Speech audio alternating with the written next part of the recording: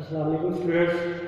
I am your physics teacher Mohammed Ilyas. Today we are going to learn what is resonance, what are the examples of resonance in our daily life, and also at the end of this topic we will see what is sharpness of resonance. Students, ये हमारा unit number 7 का last article है.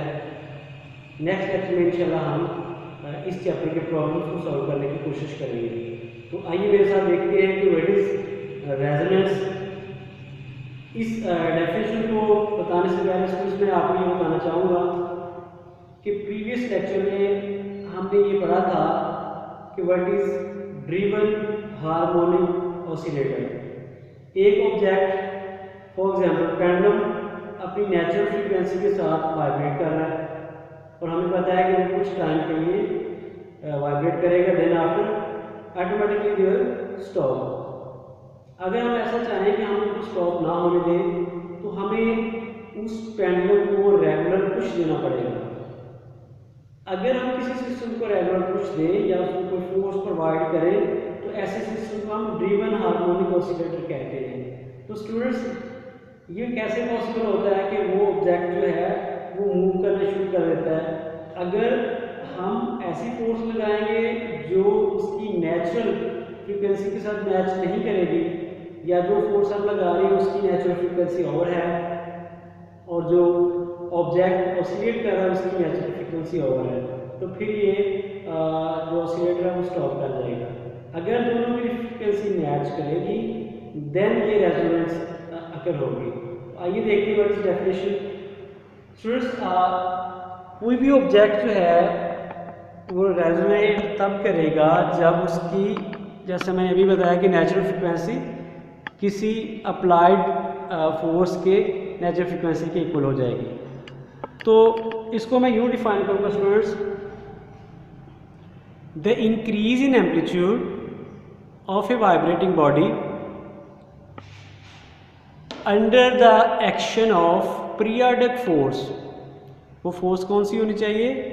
whose period is equal to the natural period of the vibrating body. For example, यहाँ पे मैंने pendulum की example बनाई, इसको एक्सप्लेन भी करते हैं कि अगर हम कोई फोर्स इसको दे रहे हैं और उस फोर्स का की जो पीरियडिक फ्रीक्वेंसी है वो इस पेंडुलम की या किसी एक पेंडुलम की पीरियडिक फ्रीक्वेंसी के इक्वल नहीं है तो ये वाइब्रेट नहीं करेगा, ये स्टॉप करेगा. Second definition is resonance occurs when the frequency of the applied force is equal to natural frequency of vibration of the forced oscillator. ये जो ऑसिलेटर जिसको हम फोर्स दे के चलाते हैं that is driven harmonic oscillator भी कहलाता है सब टाइम. तो इसकी अगर फ्रीक्वेंसी के वो अप्लाइड फोर्स की फ्रीक्वेंसी इक्वल नहीं होगी तो रेजोनेंस अकर नहीं होगी. Student, in simple resonance mean maximum increase in the amplitude.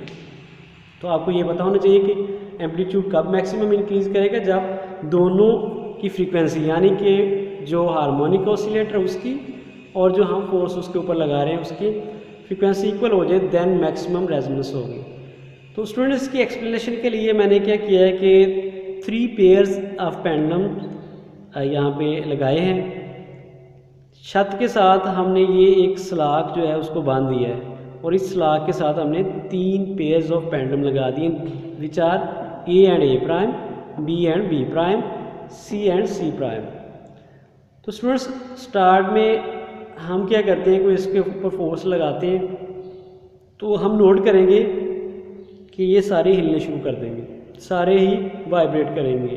But वो पेंडुलम या वो पेयर ऑफ पेंडुलम जिसकी नेचुरल फ्रीक्वेंसी जो हमने फोर्स अप्लाई की है उसकी नेचुरल फ्रीक्वेंसी से मैच करेगी, वो पेयर ऑफ पेंडुलम काफ़ी देर तक वाइब्रेट करता रहेगा.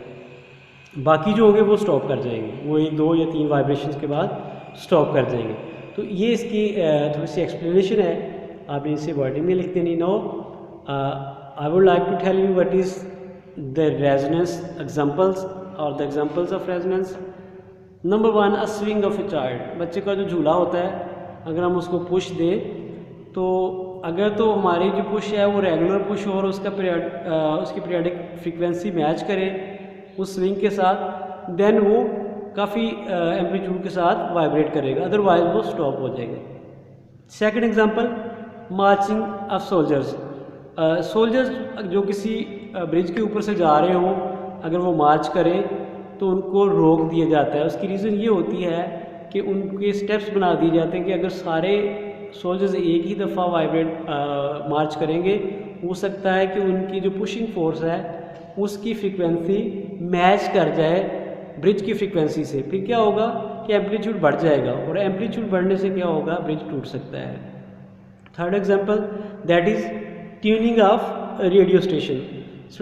जब कभी भी आप अपनी मर्जी का रेडियो स्टेशन सुनना चाहें तो आप क्या करते हैं कि जहाँ से रेडियो स्टेशन ऑपरेट हो रहा है उसकी कोई फ्रीक्वेंसी दी होती है, जैसे FM 103, तो आप अपने सेट से 103 की फ्रीक्वेंसी गेन करेंगे। जब ये दोनों फ्रीक्वेंसी मैच करेंगी तब आपको आवाज़ सुनाई देगी। इट मीन इस जगह पे एम्पलीट्यूड मैक्सिमम होगा या रेजोनेंस होगी।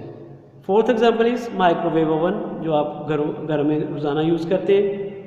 इसका भी प्रिंसिपल सेम है कि इसकी जो फ्रीक्वेंसी होती है वो लगभग 2400 समथिंग होती है। तो जब जो मटेरियल अंदर गर्म करने के लिए रखा है वो इस फ्रीक्वेंसी के साथ वाइब्रेट करेगा, तो फूड क्या करेगी, जो हीट है उसको ऑब्जॉर्व करेगी, then it will get warm. Last बात जो है स्टूडेंट्स इसके बारे में शार्पनेस ऑफ रेजोनेंस है। रेजोनेंस का मतलब है एम्पलीट्यूड।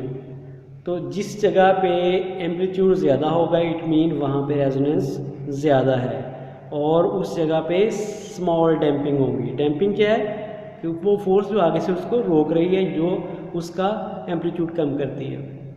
जिस जगह पे शार्पनेस ज़्यादा है, जिस जगह पे रेजोनेंस ज़्यादा, वहाँ पे स्मॉल डैम्पिंग होगी, यानी कम उस पर फोर्स अप्लाई हो रही है उसको रोकने के लिए। और जिस जगह पे मीडियम या मॉडरेट डैम्पिंग है वहाँ पे रेजोनेंस थोड़ी सी कम होगी। और ये फ्लैट है, फ्लैट रेजोनेंस है, यानी ये इतनी शार्प कर्व नहीं है, तो इट मीन यहाँ पे लार्ज डैम्पिंग है। इसका फ़ायदा क्या होता है स्टूडेंट्स रेजोनेंस का? आप गाड़ियों में देखते हैं कि शॉक अब्जॉर्बर लगे होते हैं, तो अगर वो ना लगे हों तो गाड़ी जो है वो नुकसान उठाएगी। तो होता क्या है कि वहाँ पे हैवी डैम्पिंग होती है, जिसकी वजह से एम्पलीट्यूड कम पड़ जाता है और हम महफूज रहते हैं। तो students this was the last topic of unit number 7।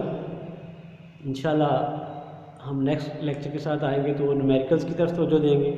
I hope कि आपने ये रेजोनेंस जो कि वेरी इजी टॉपिक है समझ लिया है। ये जैसा आपको पेपर में एक जो मेरी रूटीन है देखने की वो ये है कि डेफिनेशन आती होती है व्हाट इज़ रेजोनेंस, और समटाइम्स शार्पनेस ऑफ रेजोनेंस, या what is resonance give its examples. ये 2 नंबर का क्वेश्चन होगा।